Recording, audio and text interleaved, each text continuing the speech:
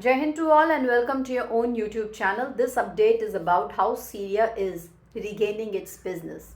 As the Assad regime falls and rebel rules take hold in Syria, governments worldwide are pondering whether to re-establish ties with the emerging new Syrian leadership.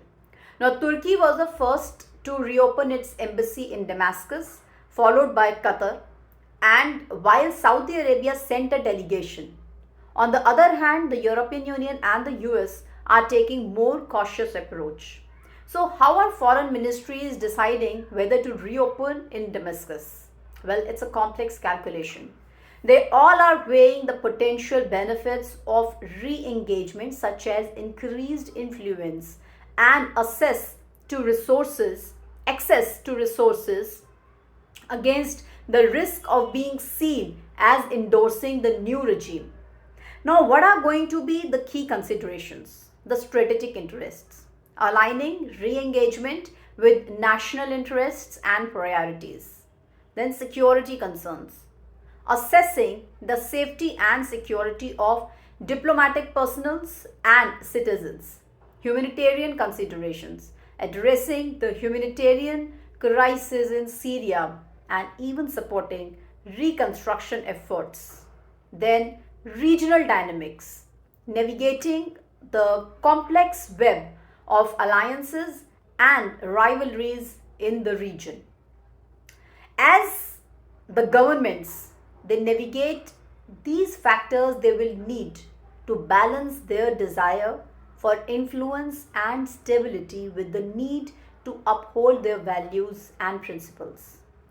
It's a delicate dance, but one that will shape the future of Syria and the region.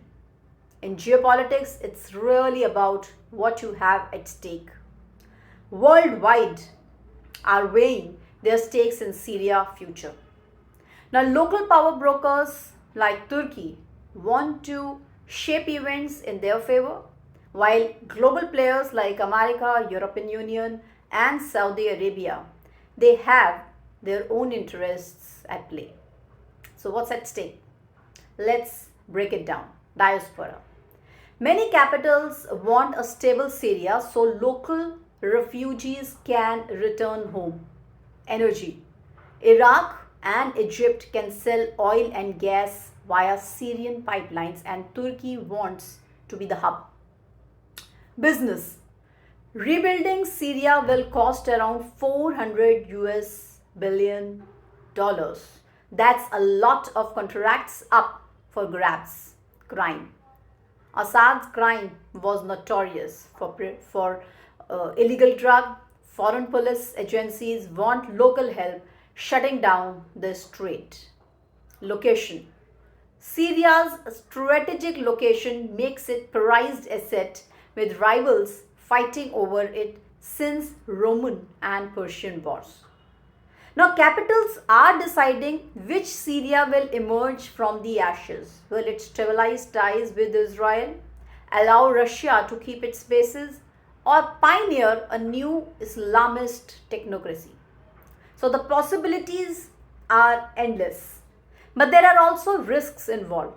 It's a political decision to have diplomats in a volatile city, and the appeal of shaping events is balanced by the fear of those events shaping you back home.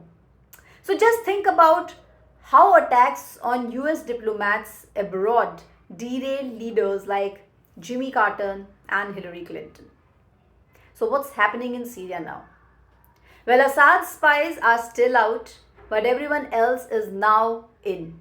Even ISI is. The French had to send special forces to retake their abandoned mission, and now foreign diplomats are navigating the complexities of secured communications, accommodation, and dealing with the sanctioned players. So it's a lot to take in, but one thing for sure, the stakes are high and the world is watching. Now, Beijing has been quiet on Syria front, hasn't it? I mean, it's not like they are trying to avoid drawing attention to their cozy relationship with Assad or anything. But since their embassy in Damascus never closed, there is no juicy will they won't they story to captivate the media. Isn't it convenient? But let's get little real. China's silence is likely a reflection of their regional limitations, a desire to downplay their bromance with Assad, and a general discomfort with the whole authoritarian regimes getting toppled. So, I mean, who wouldn't be uncomfortable with that, right? So, it's also worth noting that China has been playing a long game in Syria, providing aid and support to the Syrian government while also angling for a piece of the post war reconstruction pie. Because war zones are just ripe for the picking when it comes to the business opportunities. So while Beijing's silence might seem mysterious, it's probably just a case of them playing it cool and waiting for the perfect moment to make their move. After all, as a saying goes, well behaved empires seldom make history. So there are few notable things. There are so many other embassy examples happening right now. Australia just reopened its embassy in Kiev a year or two after most partners. Israel just closed its embassy in Ireland as ties soared, and the Afghan embassy in London just closed after the Taliban renounced it. So meanwhile, Syrian diplomats abroad, they have apparently received instructions from Damascus to keep working during this transitional period. What's the future look like? NATO. Intervention in Syria as Israel moves ahead with America to clear off Iran regime. Do let us know what do you think about this and your thoughts in our comment section. Your feedback is so valuable to us. Do like and share our video. Jai Hind and Jai Bharat.